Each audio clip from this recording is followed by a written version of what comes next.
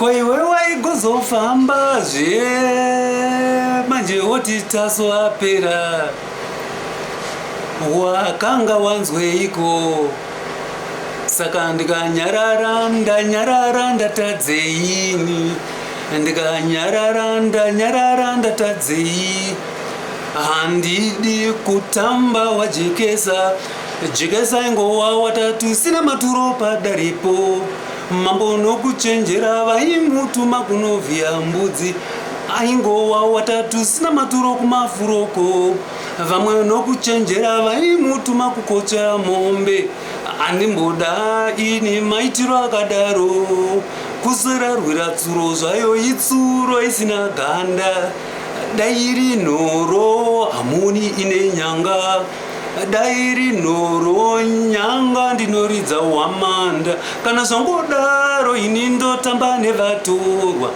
kana zvangodaro ndototamba nevatorwa hapana zvinombozhamisa ngoma yacho ndoiziva hapana zvinombozhamisa ngoma yacho ndeyekwedu kuwaigozofamba zve kutonyora taso apera pandai kupinda wewe waindiramba pandai kufenze wewe waindiramba kana kuri kutya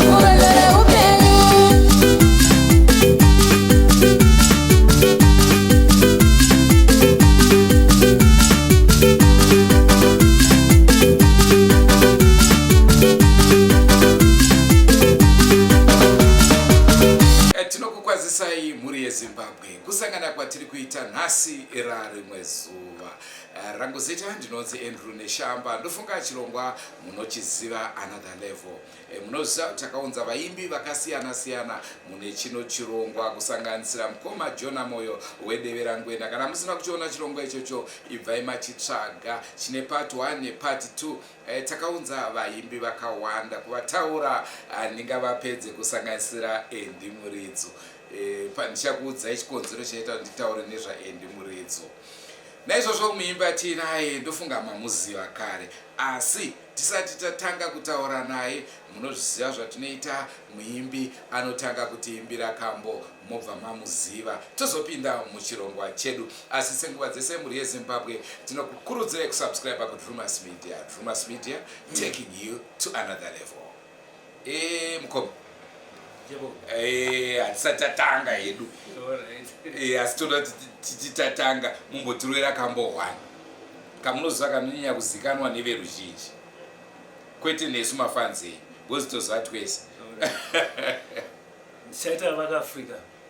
We need to do something to improve our way of life.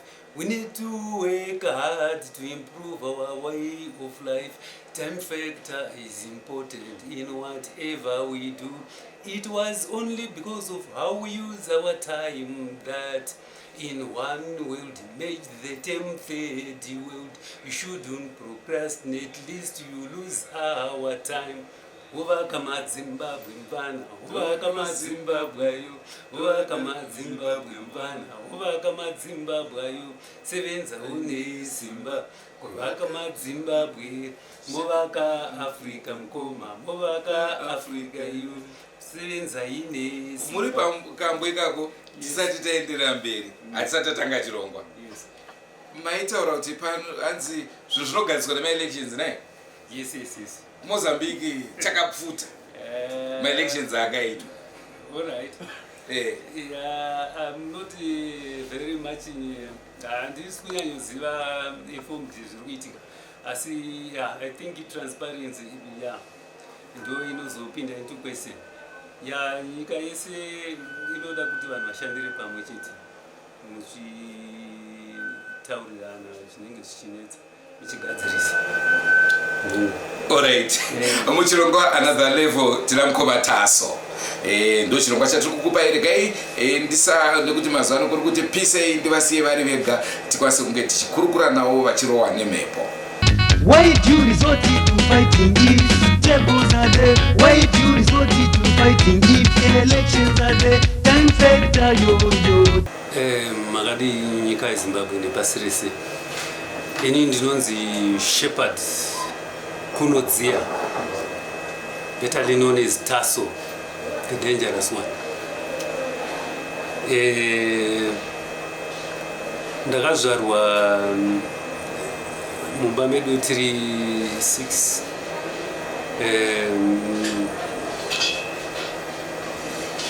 Baba vangu vaiva mupurisa vari muCID, vanonzi Jimson Dakari. Ndinobva kuSaka East Masvingo. I grew up muShavani, ndo mandakati dzidzei kunana Sivoza Gresham Primary. Ndikazongodzoka kuMasvingo zvekare peri pamatara paBenza. Ndikazomboenda futi paMukanga kubikita ikoko ndobva ndazodzoka zvekare muShavani. Saka muShavani ndo nzvimbo yandakanyanya kuti kurire paMandava ndokubva ndazoita secondary. Ndokubva ndazobva ikoko ndobva ndamboenda kuteaching.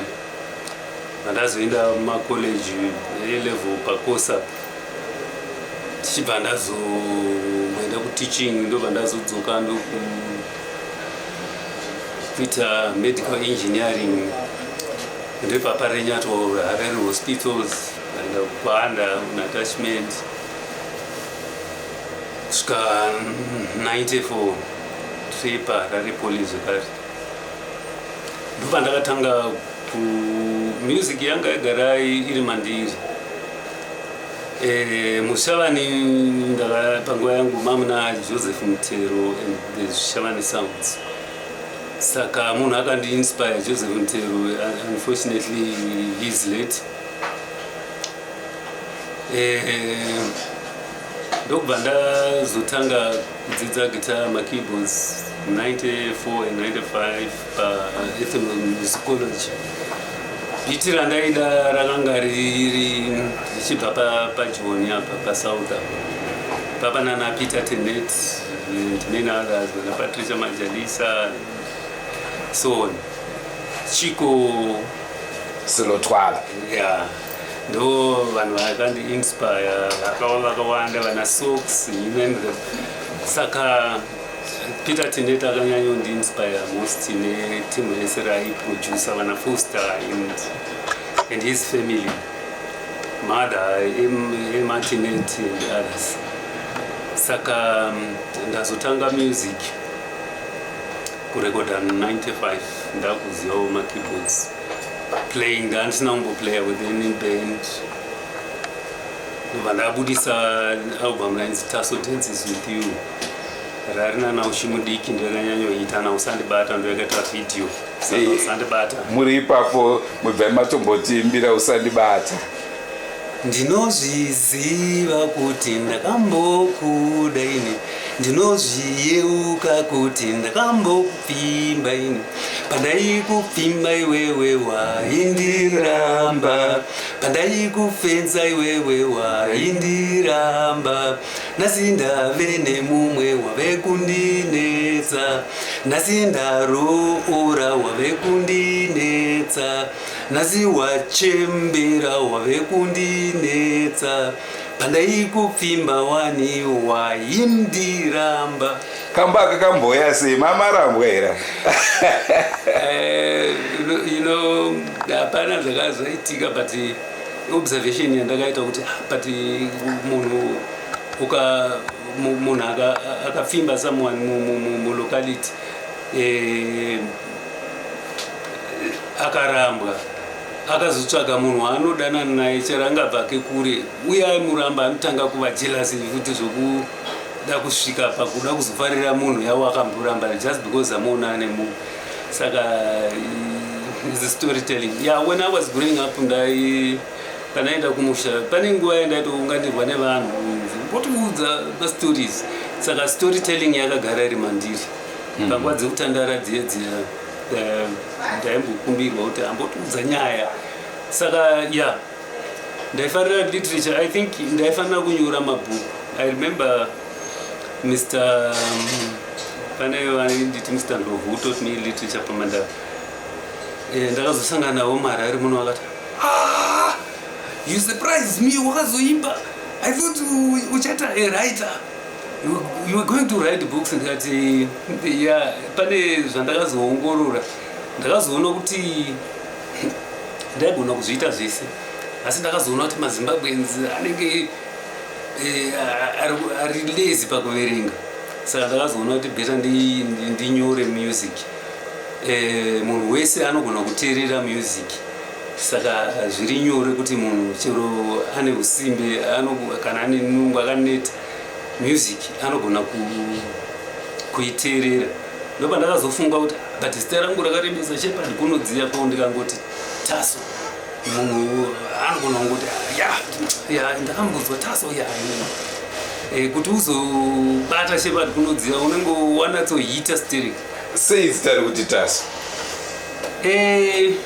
Zita rekuti Taso rangu zita randakangofunga zita diki. But I think the T yaka-influenced na Tinet because ndaifarira Peter Tinet zvekudaro. Saka dzava shungu dzangu kuti ndizoimba naye one year.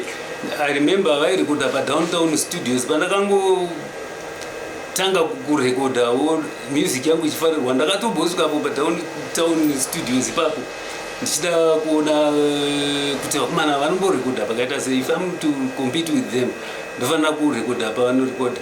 Unfortunately akabva azongokurumidza kushaya. Saka but I went there ndikatosangana naRay Phiri and others. Ndopa ndakatanga kuzivanana naRay Phiri chero paaizoya kuno kwatombondicheka kuti Taso ari kupinyi. Saka no a brief background. Right. Saka tauda kutera album by album. Mataura yemastories matinodzi Joburg Stories. Joburg Stories. Ayo yekutanga album yenyu yanzi Taso Dances With You. Taso Dances With You. Ndopa nekamboika kaka ndaikudaiwo. Then muchizopinda album yekuti chii next? Ndobva ndazoita yanzi Taso Gets Dangerous. Mr. Dangerous Dance. Yeah, ndobva Dangerous Dance. Yeah, this takatanga na Dangerous musayeperwa. Dangerous yakatanga na Taso. Yes. Gets Dangerous taireva pamaridziro palevel yatata kupinda from Dances With You. Ndo patakaita Gets Dangerous. Gets Dangerous yakaita second video of the year, but ndokukumbira but actually it had more votes from the fans. Yakaita the video of the year. And pana vakazokumbira kuti arega ungoendawo pa number 2 for some reasons I cannot disclose. Yes. Yeah, we had 8,000 something. Aiteira ndichataura zita rake ndiyazokumbira akaendawo angati 5,000 something. I had 3,000 something votes difference. Amusoda kutaura makabhadhara? Papa hapana kubhadhara, pakaita kakukumbira. All right, kunzwisana mutual. Ndo zvakaitika vakafrika. Pa album iri papaine masongs api akapisa ipapo? Pane masongs akati one day. In fact album rese vanhu vaingoti rinonakidza.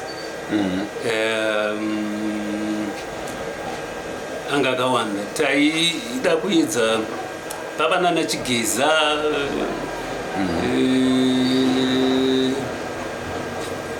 ndiani koka ndinoda kuti rudo runochemberere rudo runochemberere ipapo futi karibu saka ndarizi nana Tambauga abva Beijing vakadzi vachisikotonga varume human rights conference yakamboitika paBeijing. Yeah, we had a song yaitaura nezvazvo. Saka album rakatambirwa stereki. Kana titaura pamasales edu ndo album rakatengwa stereki zvokuti takakwanisa kutenga pekugara naro. Ndobva tatenga futi nemainstruments eband naro. Saka album rakatiitira zvinhu zvikuru nekubatsirawo vanengena kuenda kuchikoro. Saka album rakatisumudza chaizvo. Ndobva tazoita More Dangerous. More Dangerous, to be more dangerous haina kunyanyosumuka saka it's dangerous, haina kunyanyotambirwa. I think nyaya yakanga iripo ndeyekuti pane song yainzi kwawiwa, vamwe vanoiti kurova vana. Message yanga iri tough, haina vanhu vatema, haina kunatsotambirwa kuti ungati kurova vana handiko kuraya vana. Saka haina kunyanyotambirwa zvikuru. But tikazvitarisa song iyoyo message yacho nanhasi tikuona mavideos ari kusekuleta vanhu vachirova vana. Zvatombondifungisa pandanga ndichiuya kuti ko munhu uyu anga afemerwa here, nekuti ndo zviri kutongoitika nhasi uno kunyanya vaya vanenge vachichengeta vana vasiri vavo. Ndinowanzojoka namudhara wangu wairo chaizvo kuti apinza munomugwara. Yeah, now we laugh about it. My father is 93 now. He's still alive. I'm blessed. He's still alive. Saka ndakati ndikanyora song baba vanozoti ndavanyorera song. Ndikagona kunyora. I had an interview na Eric Knight one day paradio. Saka taiti vana mafanzi akunyorere tsamba kwakusina maselphones ino. Tsamba mwana anyora akati baba wangu anondorova newaya kumata sozvaita so mainditorai mukagara neni. Saka nyaya yakandibata seripandazoti but kukura kwandakaita uku ndikasakutaura this has to stop. Kurova vana hakusi right. Handisi kuti vana varohwi. I think tikutaura kungoti kutiwo kunyapusira vana kwete kuti kubva warova mwana wobuda ropa and so on, kana kuti kurova newaya nemabhandi. Saka ndobva ndakabva ndanyora song iyoyi, but ndakawana mubayiro wacho kuti handina kutengesa. Baba rina kufamba to the extent yokuti pandakabudisa Comes to Town rakarira stereki paTV and so on, but harina kutengesa. Pandakaita Comes to Town ndichibudisa that video kushandira mahara, masales egore rese akabhitwa ne 2 weeks. Egore rese To Be More Dangerous akabhitwa ne 2 weeks. Saka apa tata pane rimwe album rainzi Tasso Comes to Town. Tichibva tazobva pa Comes to Town takazoita rimwe rainzi More Explosive Hits. More Explosive Hits haina kunyanyotambirwa. I think sound redu rarisiri right, stereki rarisiri. Ndobva tazoita Dance to the Northern Style. Iro ndo randakatwa mabacking vocals naFungisai. I think ndo rakaintroduce Fungisai muindustry yemusic from Warren Park. She was a good singer and she came to me and she begged me on the album. Rakafarirwa chaizvo. Paine nziyo dzipa. Album iri rari nenziyo ana hanzvadzi yangu. Taiti hanzvadzi yangu haisi yokurova. Oh yes. Ukamuremadza unondoona naine mari yekotoni from Gogwe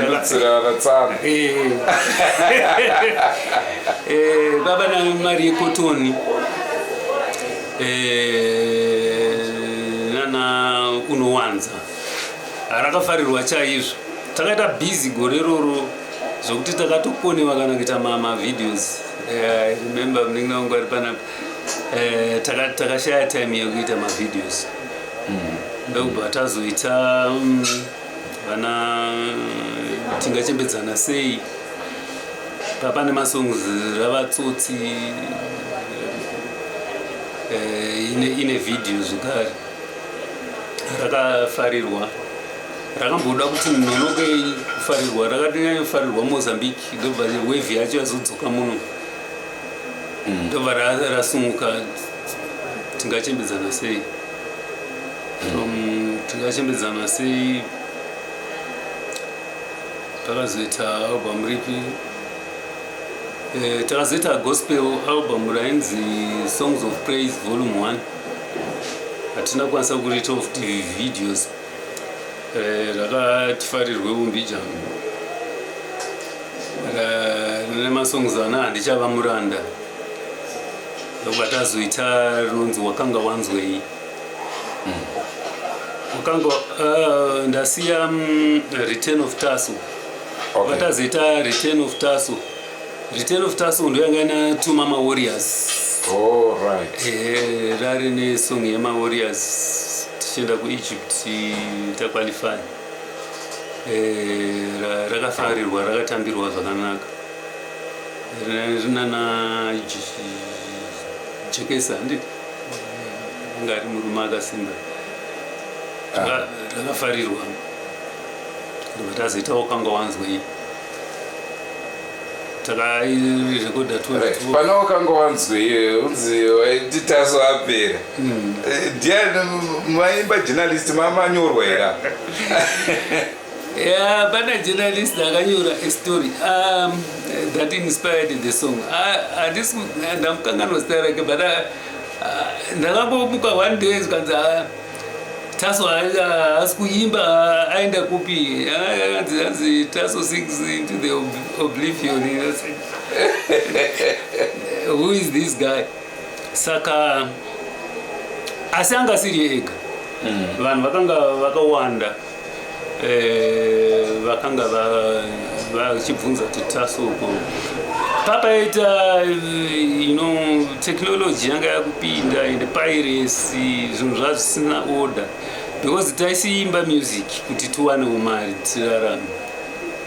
Saka zvinhu zvo technology yakatanga kuaffecta and piracy yakatanga kuaffecta music industry. Ndobva taizoita video yacho 2015, album rikafarirwa chaizvo, Wakanga Wanzwei. Ina mavideos akawati one day ari paYouTube aripo. Right, tichiongorora chikwata chenyu chaichine vanhu vangana? Chikwata chachine vanhu vakati wandei. Chachineni paleads vocals taita 3 or 2 girls vanenge vachindibeka, poita 2 keyboards, lead and bass na drama, tozoita dancing boys kana 2. Saka taiswa ma 11 12, 2 kana 3 taiswa ma 11 12 tatakakura. But nekukura kunga waita chikwata panhau yemari apa maizozvibhalansa sei? Zvaibalansa madhezi wayo, zvaibalansa nokuti mari yaitenga. In fact yaive nemusoro papasati pane nhingirikini inflation, and also mabhendi anga aripo aiperforma aibhadharwa semabhendi. Zvasiyana nemazuva ano ekuti vanhu vanorekoda digital music and then munhu oskonzi player big track, wotopiwa microphone wotoimba, then that guy can accept $20. Saka madhezi wayo kwakusiyira izvozvo. It's either we're talking of 400 years zvichienda mberi to 5,000. Yes, some guys would earn 5,000. kupefoma pashow. munguva yenyu yeimba yenyanyonetsawo pamaireleasa muchitotya kuti uyu atange here ndivanani? Yeah, I used to enjoy this competition. Lena Jakarta, Alec Machesu, Namadzbaba,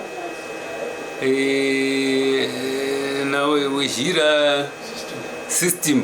System was good kurumidze kushaya tichingo to bijana into the yeah. And Oliver Mtukudzi was there.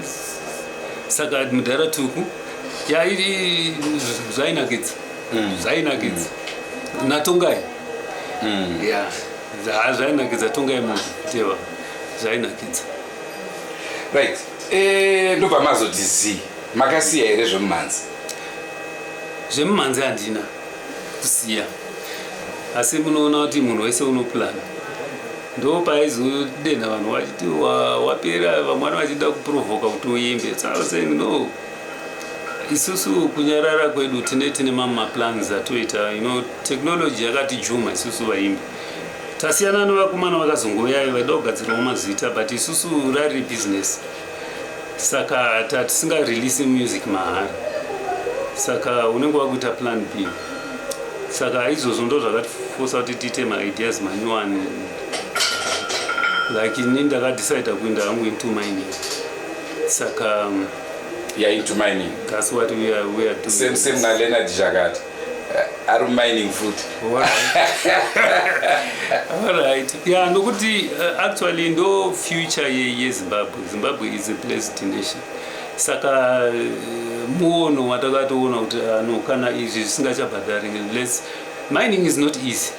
It's not easy at all because tichitarisa background yedu zvinhu zvatatisina kugadzirira kuti tichada kuva into mining. Takafoswa ne-situation yokuti technology is kicking us out. Saka kuipa kwechimwe kunaka kwechimwe. I don't blame the change. I like the change because yakatotionesa mari chaiyo iri kumining. Ndo kune mari chaiyo. Yeah, zvinogona kuti irembei zvazvo kusvika, but ndo kune real deal. Saka that's why I love the change. Yeah, zvikatibhadharawo I think mese munozongonzwa music tongoimba just to entertain you.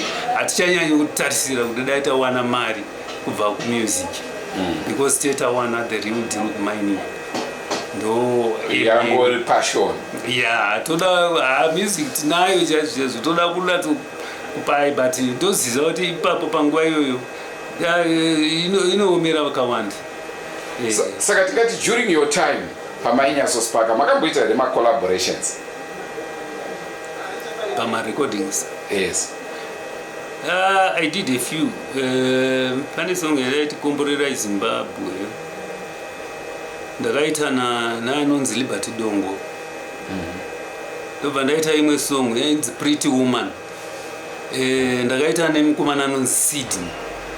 Sinema yake ndakuikanganwa, but ndakatry kutsvaga Sydney, I can't find him.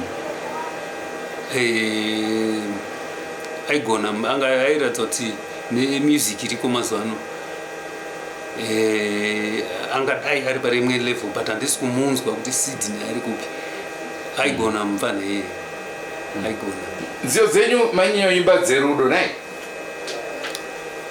Taimba dzerudo, taimba nedziri dzerudo. Ini ndakanyanyofarira kushanda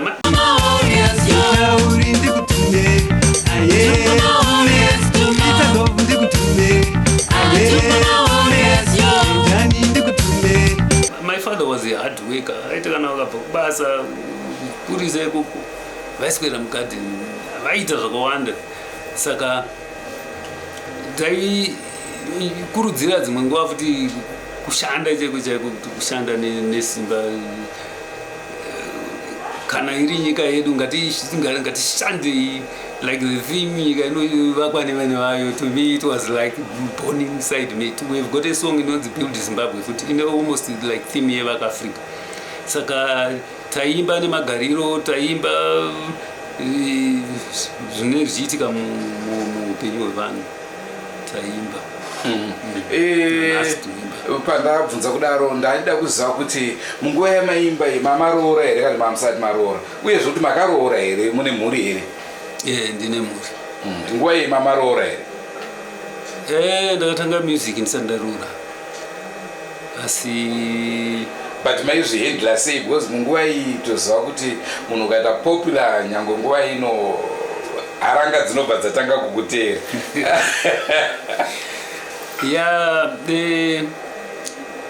chakanaka chinodiwa nevakawanda kana chakanaka chinodiwa nemunhu wese.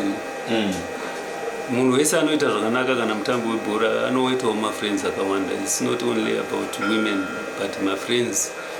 Music yandipawo mafriends akawanda, yandipa saka yakatikonekta nevanhu vakawanda music. Then ndazwa nemakuhwa kuti mune new album. Tine new album inonzi Joburg Stories. Briefly, ndiri muSouth Africa pandaimboti garemo ndichimbobuda ndichidaida. Ndakava nekunyora these songs tatazobudisa this year. Rinonzi Joburg Stories. Irimboridzwa here panhefenyuro kana kuti? Panhefenyuro handisi kunatsoinzwa. I think chinoitika nemusic yedu zvayo yagara inonyanyopika kana taita mavideos. Handisi kuziva kuti maDJs havasechiwo malibraries here. Vamwe vacho vechidiki havachasiye. But Mwari vakatigonesa videos are coming. Ndofunga buri Zimbabwe muri kuzvinzwa ichingobuda chete tichamboti ibei imwe video tombokuratidzai paDrumas Media. Ndopamunoziva patinoburisa dzinopisa. Mataura nhau yekuti you are now into mining. I remember pandaimboshandira kwaMutare tichisangana maitengesa dzimotokari. Makasiya here izvozvo?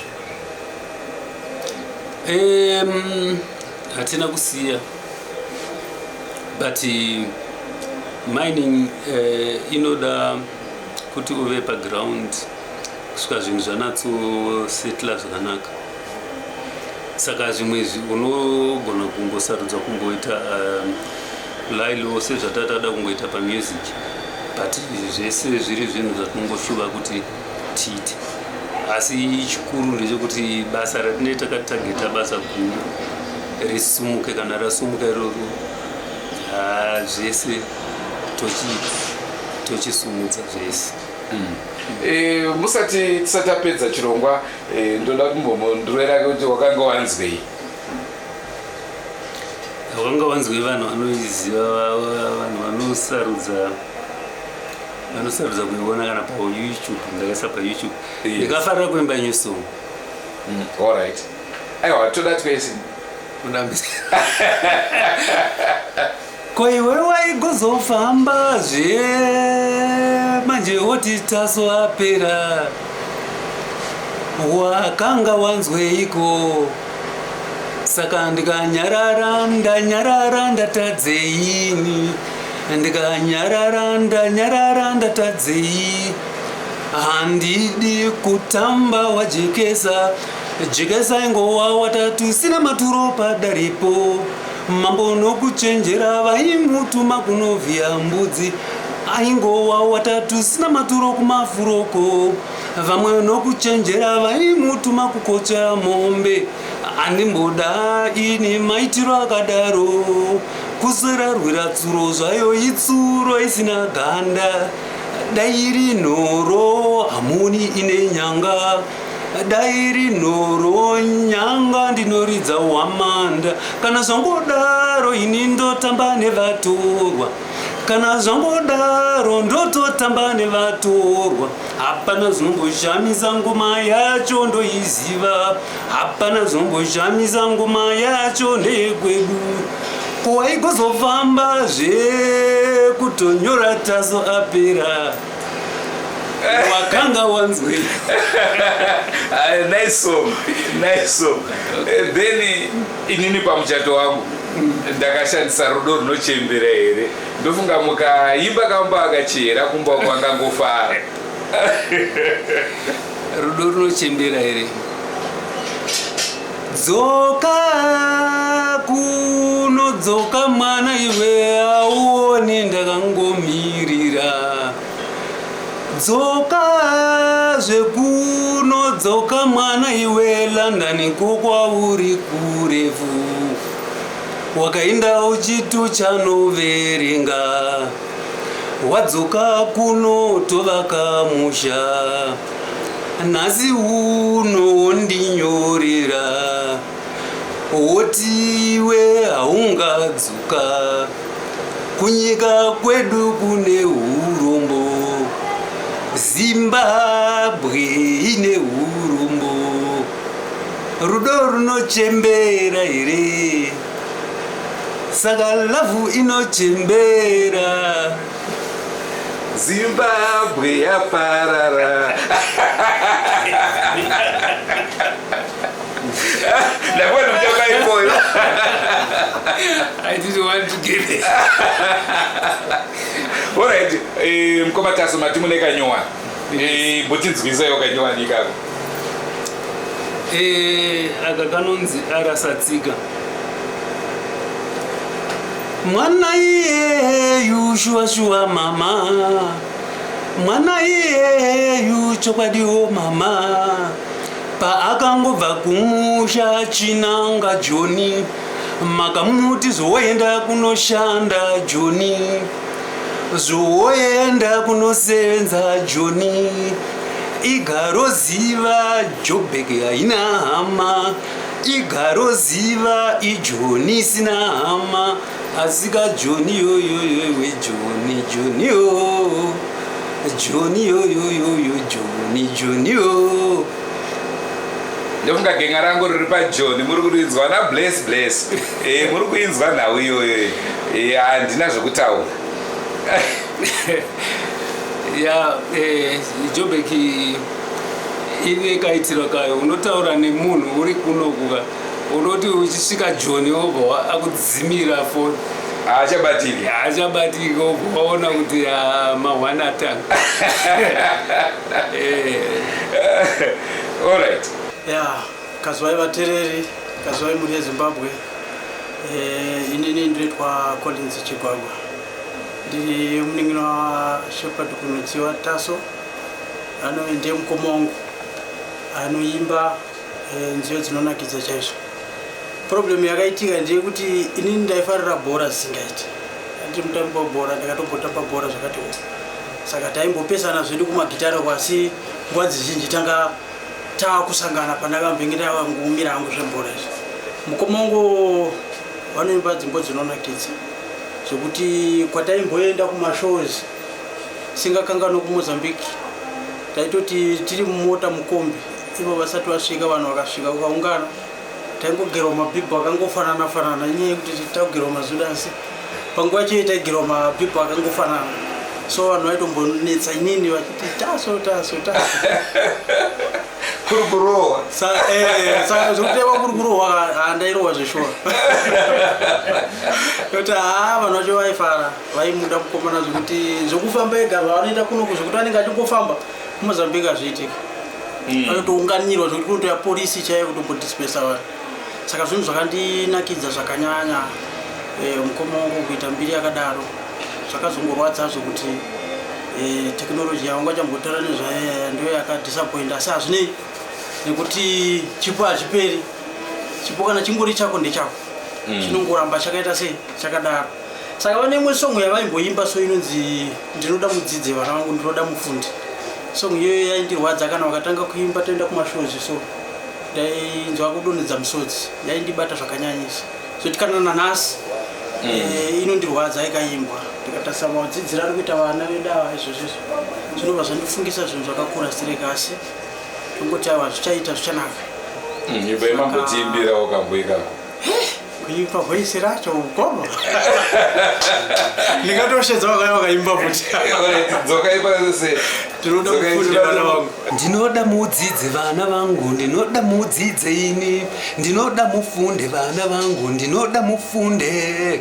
Dzidzo ndiyo nhaka vana vangu yandinokusiirai, fundo ndiyo nhaka vana vangu yandichakusiirai. Ndikakusiirai mari, mari inopera, ndikakusiirai mari munoitorerwa. Dzidzo ndiyo nhaka vana vangu isina anokutorera, fundo ndicho chisipiti cheupfumi, chisipiti chisingapwi. Mukadzidza nesimba vana mungandifadza, mukadzidza neshungu vana mungandifadza ini, mukasadzidza nesimba vana mungandigumbura. Kuchikoro toda muende, ndinoda muende kuchikoro, ndoda mudzidze, ndinoda muende kuchikoro, ndoda mufunde.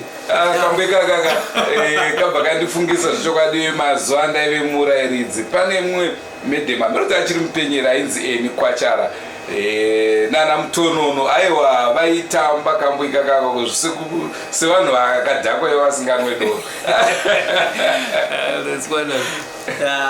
Kandinakidza zvisinga kana nhasi, kanondinakidza zvisingaite.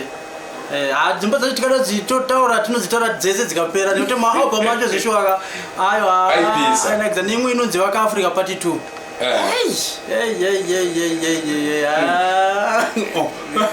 Asi musati muchiripo mukomataso muchiri mese kudaro imimi mambotaura nawo kuti makaroora nai mune here mwana murufukidza kuti achaita take over chipo chenyu?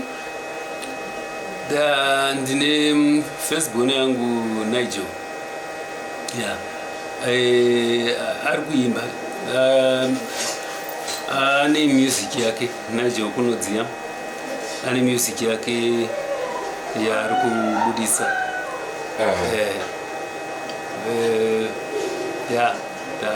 Vakawanda. Ndikamuka sister kacho kanonzi Evino futi kari grade 7, kapedza kunyora grade 7 kanenge kari promising as well.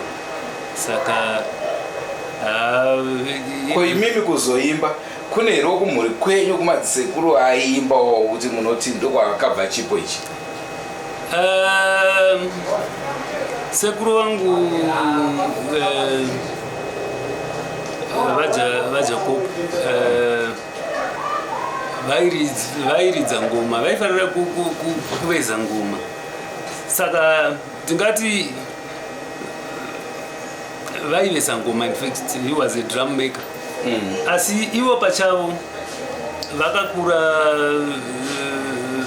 tiri vadiki vaisenza kuSouth Africa. Ndo pavaiunza imwe music yana mahotela kuQueens and so on and so on. Saka music yanga ine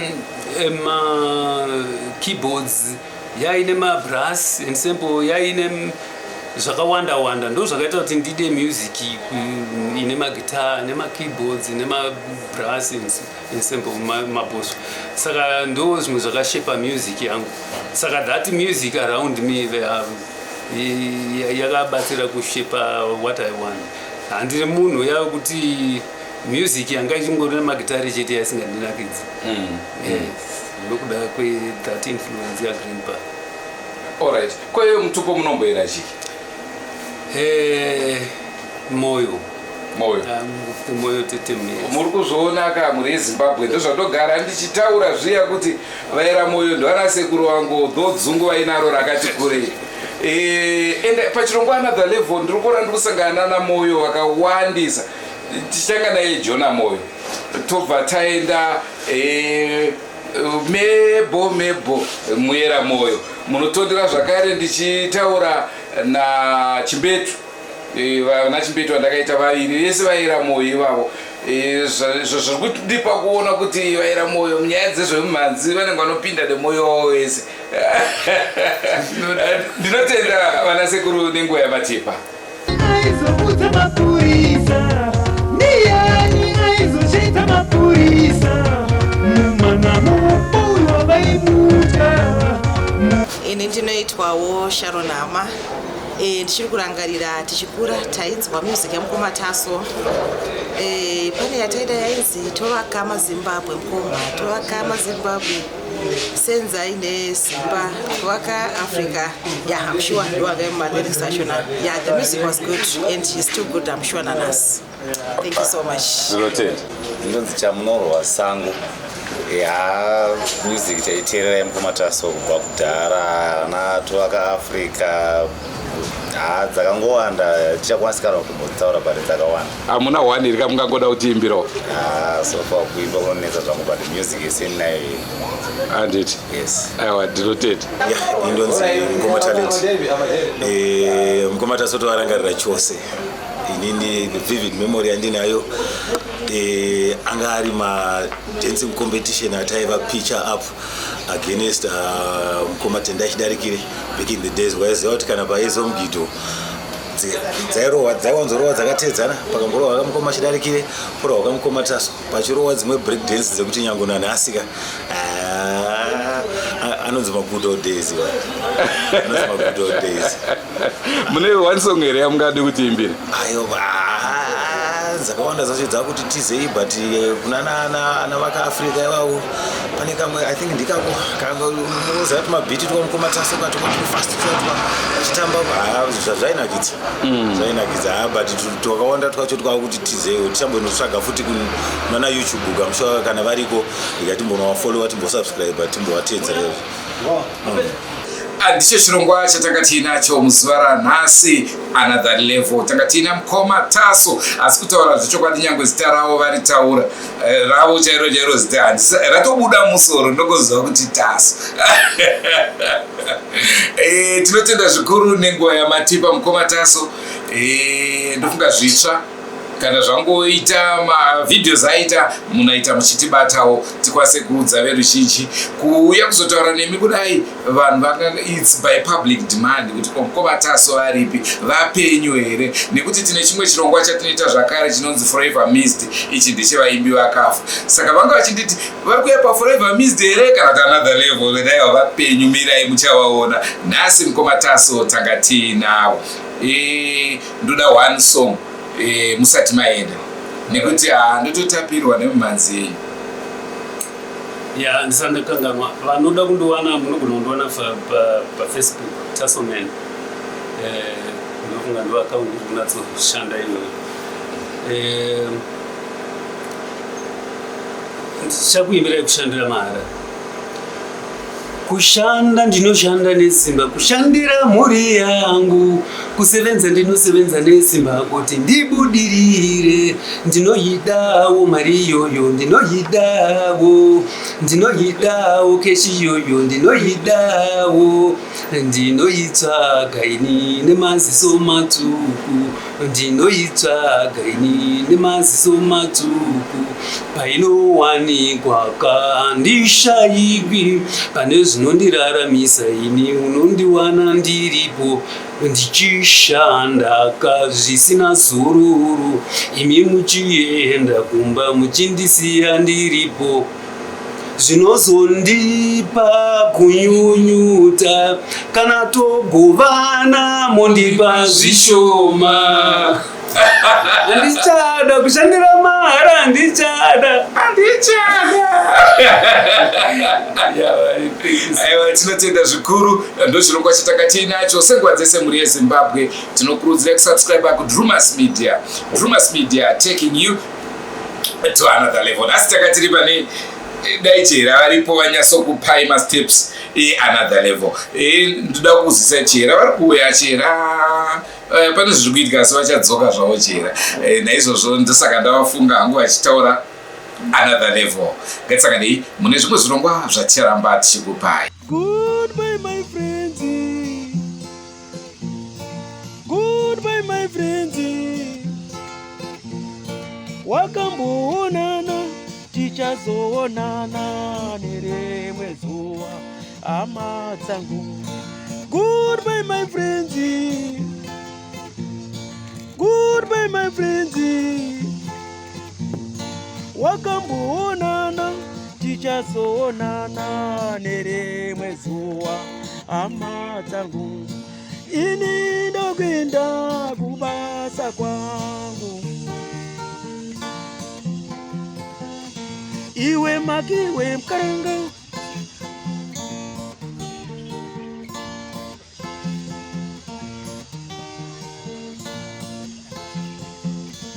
iwe makiwe mkaranga,